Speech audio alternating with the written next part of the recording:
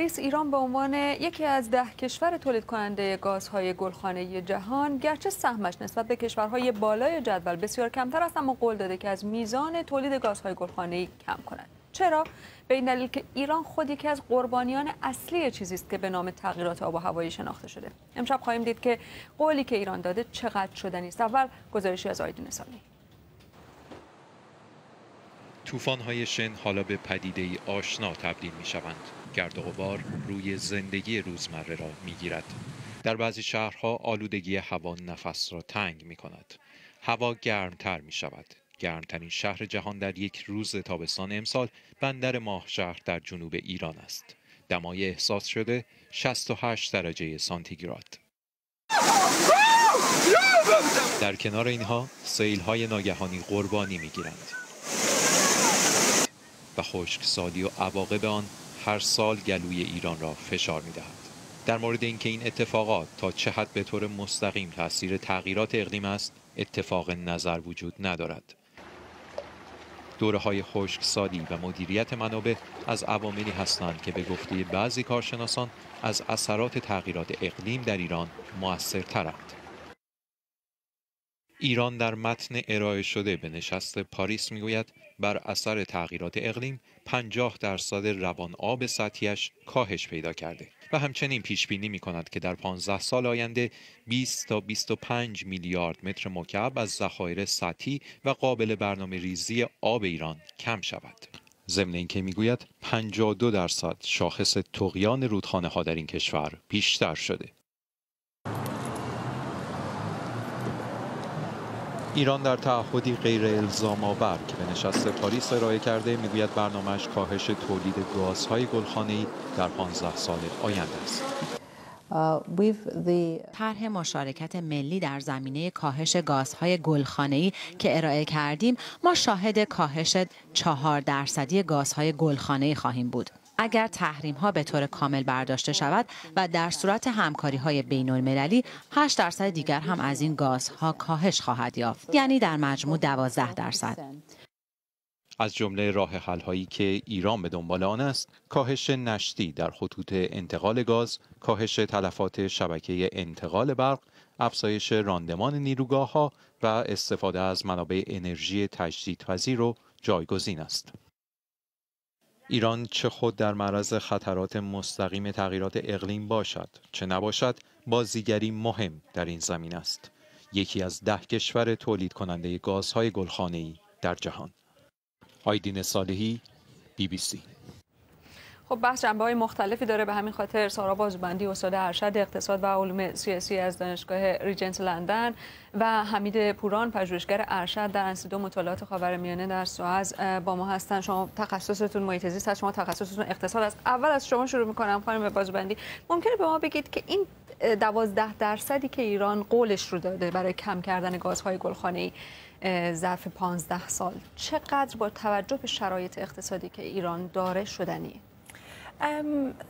کم کردن گازهای گلخانه‌ای فقط به دسترسی به تکنولوژی بروز و بهینه‌سازی مصرف انرژی در صنایع مربوط نمیشه. اون فقط یک بخشی از این قضیه است. نکات دیگه هستن، قسمت دیگه هستن در اقتصاد، مثلا میزان مصرف خانگی انرژی، استفاده مردم و فرهنگ استفاده از سیستم حمل و نقل عمومی، یا میزان مصرف انرژی در ساختمان‌های مسکونی و غیره. اینها چیزهایی هستن که واقعا خیلی احتیاجی به سرمایه‌گذاری، به احتیاجی به کارهای پیچیده ندارن، بیشتر لازم است که براشون فرهنگ سازی بشه و این مرحله جواب خیلی قطعی هم دانشمندا براش ندارن که کدوم یکی از این دوتا اولویت دارن. آیا تکنولوژی هست که اولویت داره یا روش زندگی؟ ولی به هر حال اونچه که مسلمه مجموعی از این دوتا باید با همدیگه ادغام بشه. هدف خیلی بزرگیه ولی کاملا هم نشدنی شاید نباشه. آقای پورا، ایران گفته 12% رو میتونه ظرف 15 سال کم بکنه، اما مشکلی که الان مردم در کشور احساس میکنن در بسیاری از شهرهای بزرگ این هست که همین امروز وقتی میرن توی خیابون نمیتونن درست نفس بکشن، به راحتی نفس بکشن. چقدر این چیزهایی که ایران در این سند فکر میکنم 15-20 صفحه‌ای ارائه کرده میتونه در زندگی مردم امروز در ایران تاثیر داشته باشه؟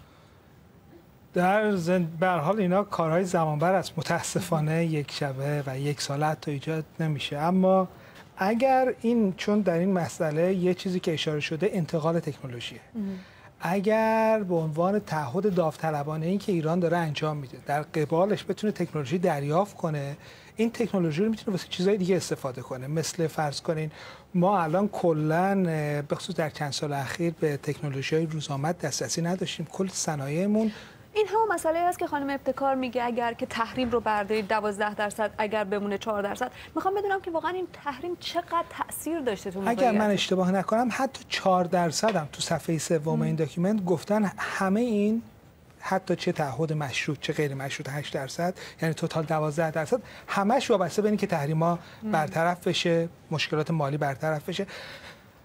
میدونید این چیزی که ما الان داریم، مشکلاتی که الان داریم به خاطر تکنولوژیه، یعنی تکنولوژی عقب افتاده، تکنولوژی ناکارآمد و تکنولوژی که به روز نبوده.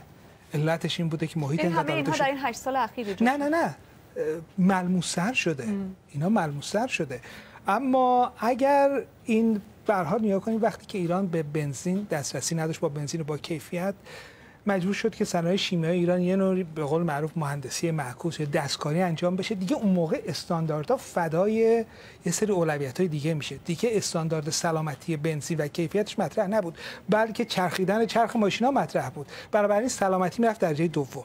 خب اینا به مرور زمان انباشته شده. بنابراین اگر بخوام پاسخ سوال شما رو عرض کنم، تکنولوژی تاثیر بسیار کارآمدی خواهد داشت، به خاطر اینکه صنایع ایران عمدتاً بر پایه نفت و گاز بنا شدن. مقداری از شعله گازهایی که هنگام استخراج نفت فکر می‌کنم 10.5 میلیارد بشکه در سال ایران فقط میسوزه، پرت میشه. یا صنایعی که در شهرها مستقرند، خودروهای فرسوده، خودروهایی که کاتالیست ندارن. یعنی مجموعه از عوامل که ناکارا هستند و در اثر اونها ما یک سری آلاینده‌هایی رو وارد محیط زیست می‌کنیم. اگر تکنولوژی داشته باشیم این سیستم کارآمدتر خواهد شد و جلوی ورود این آلاینده‌ها احتمالاً به مقدار زیادی گرفته میشه. ایران تو این در واقع پرونده‌ای که ارائه کرده و درخواستی که مطرح کرده گفته که ما قول میدیم که این کارا رو بکنیم به شرطی که این کمک‌ها رو دریافت بکنیم. کمک‌ها هم میزانش میزان قابل توجهی هست. چقدر واقعا تضمین وجود داره که ایران این کمک‌ها رو بگیره و بتونه به درستی هزینه بکنه؟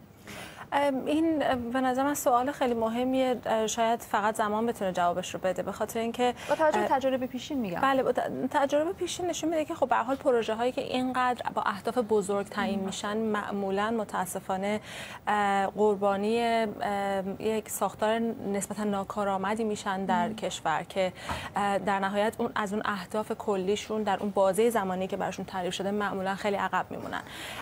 بخشی از این صنایع، بخش عمده‌ای از این صنایعی که این به اصطلاح گزارش داره بهشون اشاره میکنه و کمک میخواد از جامعه بین‌المللی برای بهتر کردن و بهبود این صنایع هستن که عموما تحت کنترل خود دولت هستن. مثلا همین حوزه نفت که فرمودن و اون گازهای ناشی از استخراج نفت، خب به هر حال به صنعت نفت برمیگرده. قسمت دیگه ایش هست که مربوط به صنعت خودروسازیه، اون هم باز در دست دولته. قسمت دیگه ایش هست که مربوط به بهینه‌سازی شبکه توزیع برق در کشور. این کار راحت‌تر بکنه. اینطور نیست اگر قرار بود دولت با بخش خصوصی طرف باشه یه مقدار شاید کارش سخت‌تر می‌بود تا اینکه خودش تصمیم بگیره و خودش وارد عمل بشه. بخش خصوصی شاید به خاطر منافع اقتصادی که در به هر حال زود جمع کردن پروژه ها به سرانجام رسوندنشون داره، احتمالاً شاید انضباط مالیش مقداری از بخش دولتی حداقل در ایران من فکر می‌کنم بیشتر خواهد بود. لزوما معنیش نیست که 100% دولت تمام این پروژه ها رو به طور ناموفق به پایان خواهد رسوند، ولی افق این اهداف خیلی بلند هستند و با توجه به کارآمدی سیستم دولتی در داخل ایران این قدم‌های خیلی بزرگ معمولا شاید به دست آوردنشون خیلی واقع بینانه نباشه. مثلا دیگه اشاره در صحبت‌های خانم بازوبندی بود راجع به مدیریت منابع مالی که اگر تعلق بگیره. یه بحث دیگه هم هست، بحث مدیریت در شرایطی که الان محیط زیست مملکت درش قرار داره. اینکه به دلیل مدیریت ناصحیح هست که مثلا ارومیه، دریاچه ارومیه دچار این مشکل هست یا منابع آب کمبود. چقدر واقعا ایران میتونه در زمینه مدیریت کمک جهانی بگیره، مدیریت منابع خود؟ راستش خیلی امیدوارم، به این دلیل که ما تا الان خوشبختانه یا متاسفانه بهانه‌ای در سالهای اخیر داشتیم که مسئله تحریما بوده دیگه. هر جای چیزی کم می آوردیم که تا حدی هم بهانه قابل پذیرفتن است که دستگاه نداشتیم، تکنولوژی نداشتیم. حالا اگر با توجه به فضایی که به وجود اومده، از جمله این داستان اجلاس پاریس، تکنولوژی منتقل بشه، اون موقع دیگه ما بیشتر فکر می‌کنم چالشمون چالش مدیریتی خواهد بود. بسیاری از کشورهای دنیا این مسیر رو قبلا طی کردن. بسیاری از کشورهای دنیا به نتیجه رسیدن. به قول معروف ما نمیخواد چرخ از اول بیام اختراع کنیم. ببینیم دیگران چه کار کردن، چه مسیری رو، همونطور که سرکار خانم گفتن، اگر انضباط مالی است، اگر مشوق‌های اقتصادی است، اگر قوانین سخت‌تر، شما بهترین قوانین روی کاغذ داشته باشید هیچ فایده نداره. قوانین وقتی موثرن که کارآمد باشن، وقتی که ضمانت اجرایی داشته باشن. ضمانت اجرایی نه اینکه فقط ما قانون خوب داشته باشیم که یک کسی بازخواست بشه در اجرا نکردنش. و بنابراین من فکر می‌کنم که ما میتونیم خیلی یاد بگیریم از کشورهای دیگه. یه بحث دیگه هم باز بحث محیط زیست، میخوام با این بحث این ماجرا تموم بکنیم. ایران به هر حال یکی از کشورهای تولید کننده نفته، درآمد اصلیش نفته. برای چی ایران باید بیاد و در این ماجرا هماهنگ با کشورهای غربی عمل بکنه، با توجه به اینکه ممکن است بگه که اصلا ما الان درگیر این وضعیت هستیم برای اینکه کشورهای صنعتی از 100 سال پیش شروع کردن و وضعیت رو به اینجا رسوندن؟ این سال خیلی خوبه، یه بحث به قول معروف اخلاقی فلسفی هم هست که کشورهای مختلف مطرح میکنن تو این مسئله. اما تو همین مدرک ایران نوشته مشکل مشترک اما مسئولیت متفاوت. یعنی همه معتقدن این 190 کشور از جمله ایران که یه مشکلی به وجود اومده، اما مسئولیت‌هایی که در مقابل این وجود داره مسئولیت‌های متفاوتی است. فرض کنید اعضای یه خانواده که همه روی هدفی دارن تلاش میکنن، اما هر کس بسته به تواناییش وظیفه‌اش انجام میده. ایران هم فکر میکنم که اینجوری نبوده که گفته به عنوان قهرمان من شروع میکنم همین کارا رو انجام میدم.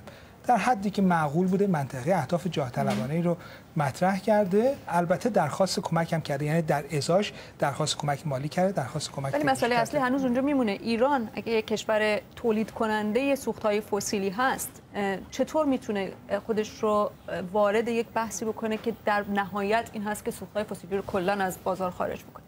این یکی از مشکلاتیه که در سطح جهانی مطرحه و جوابی هم براش داده نشده. به هر حال یکی بخشی همونجوری که فرمودن بحث اخلاقی و فلسفی قضیه هست. بحث دیگر این هستش که خب به هر حال الان یکی از اصلی ترین منابع مالی دولت بخش انرژی هست، ولی خب جهان به خصوص بازارهای نوظهور مثلا مثل کشور چین که دومین مصرف کننده انرژی در جهان هست، قول دادن که در راستای همین تغییرات جهانی و این سیاست‌های جهانی مصرف گاز رو جایگزین مصرف سوخت‌های فسیلی دیگه مثل زغال سنگ یا نفت بکنن.